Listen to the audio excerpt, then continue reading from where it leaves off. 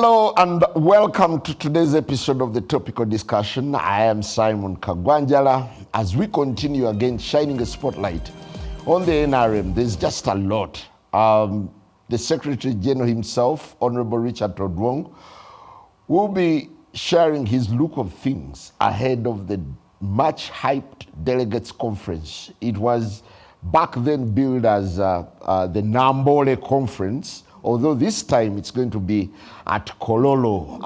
A lot is happening in the run-up. There is a fierce battle raging for SEC positions that is involving actually money. It is laced with money, insults, threats, and everything shabby that you can describe. Could these be the tipping points that NRM that would prompt a conversation within the national resistance movement? Honorable Odwong, what a pleasure having you and a very good morning. Good morning, Kagwa, and good morning, viewers. In the aftermath of the messy NRM primaries, do you still walk with your head high? For anybody not to expect anything like what is happening in an organization like NRM would not be a serious person. One is that our membership is close to half of the population of Uganda. This is a party that has been around for the last 40 years. This is a party that has done a lot of transformation in Uganda. And when you look at the population figure, by 1986, Ugandans were 14 million. Now we are about 45.9 million. So meaning close to about 30 million Ugandans were produced during NRM. And therefore, for one not to expect dynamism internally and externally, whether in the organization or in the government or in the countryside, that would be something which not be serious. So yes, you seem to be running away from accountability. Hold on. This, you see, don't be like a teacher who asks a question A and he wants to answer A. Those are for primary school. For us at that level, they say elucidate, justify, analyze, discuss. So I am discussing. You have so the give flow. me time. You have the flow. Now, for you not to expect that there will be some of those frictions internally, that will not be serious. Because one, the positions we have, for example, for SEC, are very few. These are less than 30 slots. Of the 35 are appointed by the national chairman. And of those appointed, there are others which are the national chairman of the party, the first national chairman of the party, the first vice national chairman, the second vice national chairman who's supposed to be a female, and then the 6 regional vice chairpersons. And all the leaks of the party, their national chairpersons become automatic members of the Central Executive Committee of the party.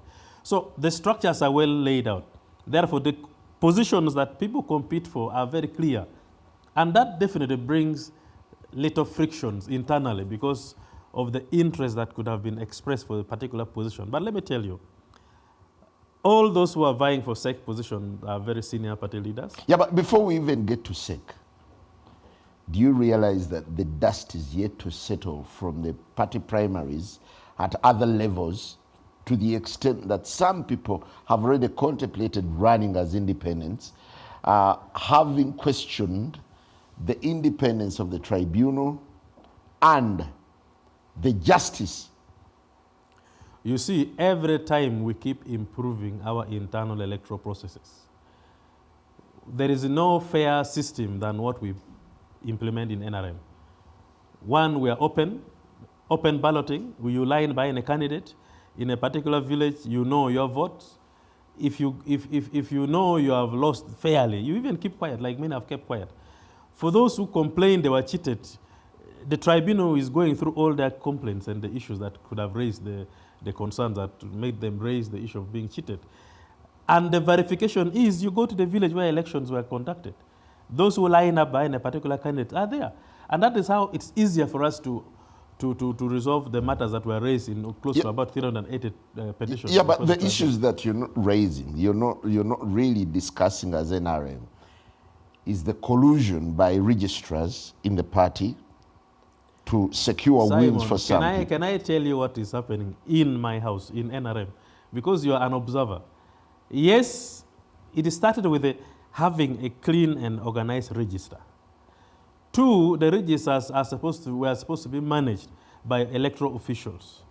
3, these electoral officials are supposed to declare results at a tally center, which is at a central tally center in a particular district. So between the polling stations and the declaration of results, definitely in other areas, mistakes were made by a few individuals. Now, many of these have since been arrested, since been dismissed from the party, and are facing prosecution in court. We have evidence to that effect. So we have managed to resolve that internally. And it was because of that that the national chairman, in his wisdom, appointed a tribunal that that asked members to bring their petitions before it. And they have been busy with these petitions. They have concluded with the members of parliament. They are now with the LC5 chairpersons. And tomorrow, Thursday, we are having elections of LC3s and councillors. So the party has been busy. And when we started our activities from the village, you saw what happened in this country. Everywhere in the country, there are activities of the NRM. Now, you shouldn't say we don't expect that this level of exercise will not create some of these kind of frictions. There were less than 600 positions for members of parliament and an LC5 chairman. We got close to 3,000 candidates. Are you saying you don't expect any friction among them? Of all the 3,000 candidates, we only got 300 petitions. Now that is but there are quite a number who never turned up to lodge their complaints before the tribunal. I'll give you an example. Honorable Tinka Simire himself came out and said, this tribunal is more of a cosmetic exercise meant to give comic relief to the losers. You see, you don't judge a tribunal before you have appeared before it.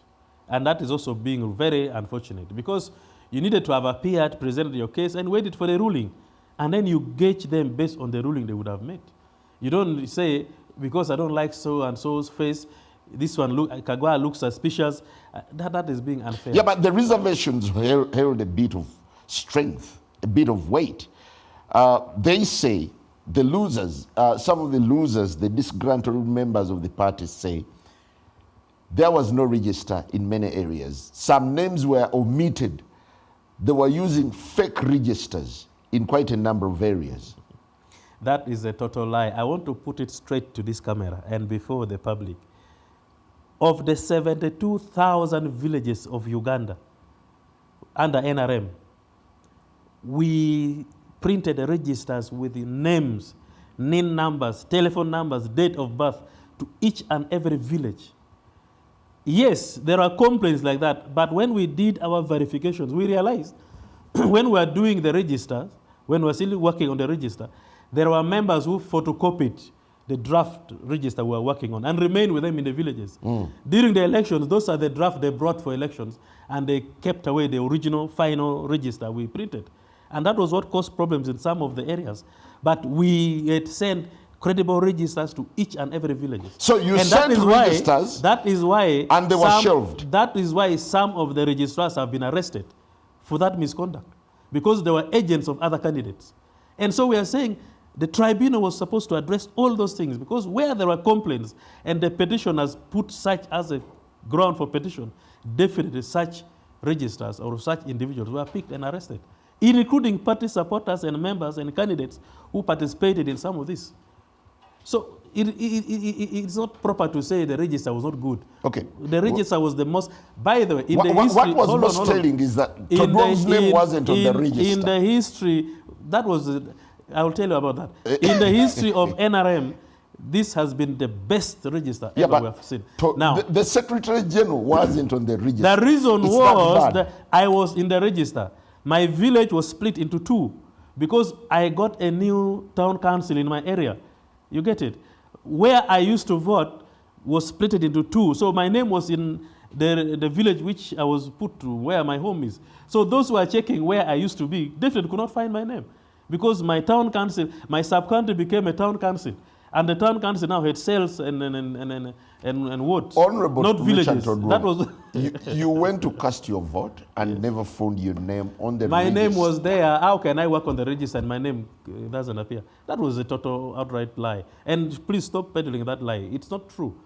I was the first to register, like any other person. My name But your name was missing. Where you were meant to vote from? We were asked to confirm if your name is in the register. I had to sleep where my